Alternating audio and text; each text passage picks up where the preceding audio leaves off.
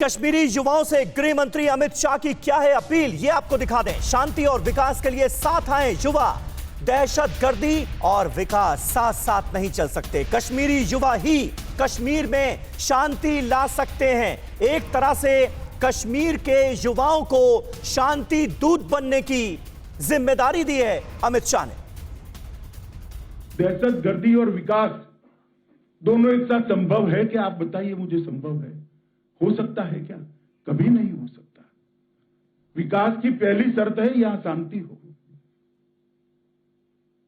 और कौन इसको निकालेगा? सरकार निकाल सकती है क्या?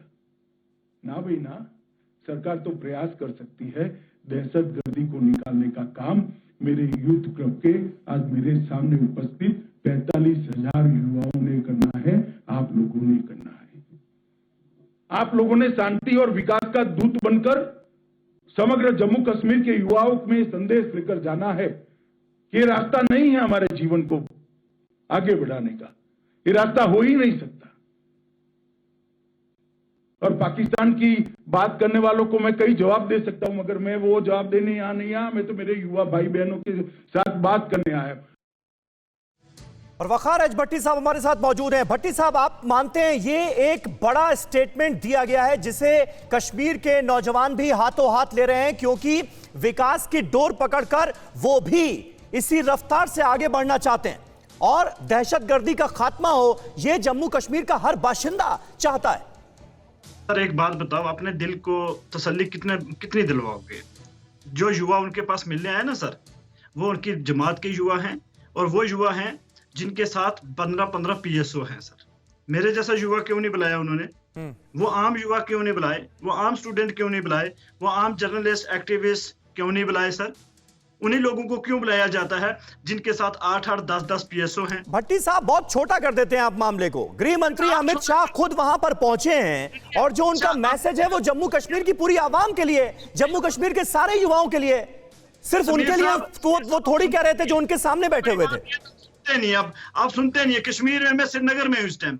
मेरे तमाम लोगों की यहाँ टारगेट किलिंग हो रही है, मेरे कश्मीरियों की। और अमित शाह साहब, होम मिनिस्टर साहब आए हैं 2.5 साल के बाद पॉलिटिक्स करने के लिए, यूपी के चुनाव जीतने के लिए, मीडिया पे कवरेज देने के लिए। इससे ज्यादा कुछ नहीं है सर। कश्मीर में क्या है? डेवलपमेंट कौन सी की है? मुझे एक डेवलपमेंट बता दीजिए कश्मीर में कौन सी डेवलपमेंट की है?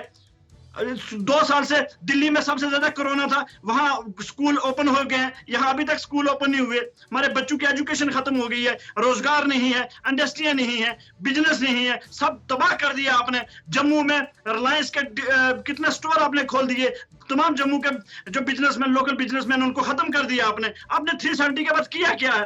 पीर पंजाब में 20 साल के बाद जोरी पुंछ में 9 सेना के जवान मारे जा चुके हैं। 12 दिन से एनकाउंटर जारी है, अभी तक एक भी कामयाबी आपको नहीं मिली है। कौन सी बातें करते हैं सर? टीवी पे भाषण देने से थोड़ी कामयाबी मिल जाती है सर। 3 से आपने जम्मू कश्मीर को जहन्नम बना दिया आज 370 के बाद। यहाँ खौफ लगता है मुझे, यहाँ से मैं बाहर कैसे जाऊं, दरवाजे से बाहर कैसे जाऊं, क्या पता कौन मुझे मार देगा। यहाँ इतना खौफ है यहाँ जम्मू कश्मीर में। और आप कहते हैं नहीं जी डेवलपमेंट हो रही है, पता नहीं कहाँ डेवलपमेंट हो रही है। टीवी पे हो रही है सर। टीवी पे थोड़ी डेवलपमेंट देखनी है, जमीन पे देखनी होती है डेवलपमेंट। ठीक है, टीपी त्यागी साहब बहुत देर से आपका जवाब देना चाह रहे हैं। त्यागी साहब, आर्टिकल 370 हटने के बाद क्या क्या हुआ है, इसकी पूरी डिटेल आंकड़ों के जरिए हमने दे दी। पत्थरबाजी की घटनाएं हो, चाहे अलगाववाद हो, उसमें जबरदस्त तरीके की कमी आई। और पिछले 1 महीने से पहले की अगर हम बात कर लें, आतंकी घटनाओं में भी बहुत कमी आई थी। लेकिन ये 1 महीने के अंदर अंदर लगातार टारगेटेड किलिंग बढ़ी है, माहौल खराब करने की कोशिश की गई है। भट्टी साहब जिन बातों को कह रहे हैं, क्या उससे इत्तेफाक रखते हैं आप? नहीं, भट्टी साहब की बात से इत्तेफाक नहीं रखते, बल्कि हम ये बताना चाहते हैं कि काउंटर इंसर्जेंसी ऑपरेशंस में सबसे ज्यादा इंपॉर्टेंट होता है लोकल पॉपुलेशन के साथ इंटरेक्शन करना। अब ये कह रहे हैं कि वो कौन से युवा बुलाए गए थे?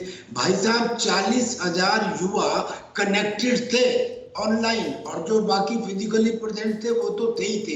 और इन सबको भी छोड़ दो, मेन पॉइंट ये है, उन्होंने कहा कि भाई तुम्हारे पिछले 70 सालों में 87 एमएलए थे, 6 एमपी थे और 3 फैमिलीज थी।